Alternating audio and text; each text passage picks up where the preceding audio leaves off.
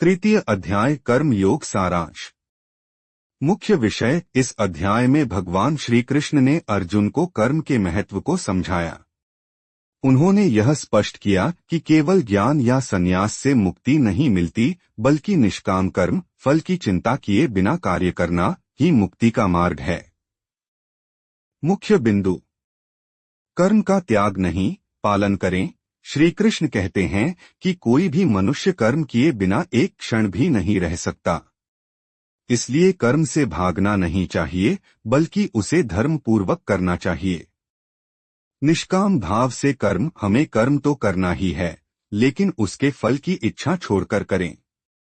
यही निष्काम कर्म योग है। जो ईश्वर को समर्पित भाव से कर्म करता है, वह बंधन से मुक्त होता है।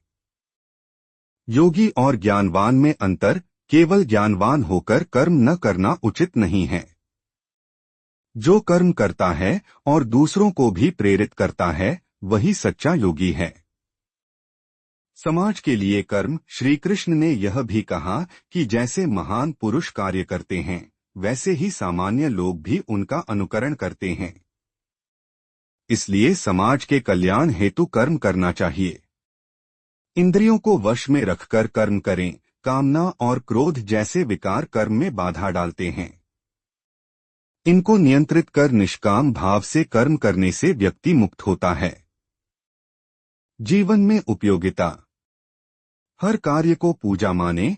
अपने रोजमर्रा के कार्यों को भी ईश्वर को समर्पित करते हुए करें, जैसे वह एक साधना हो। इससे कार्य का बोझ नहीं लगता और आत्मा शुद्ध होती है।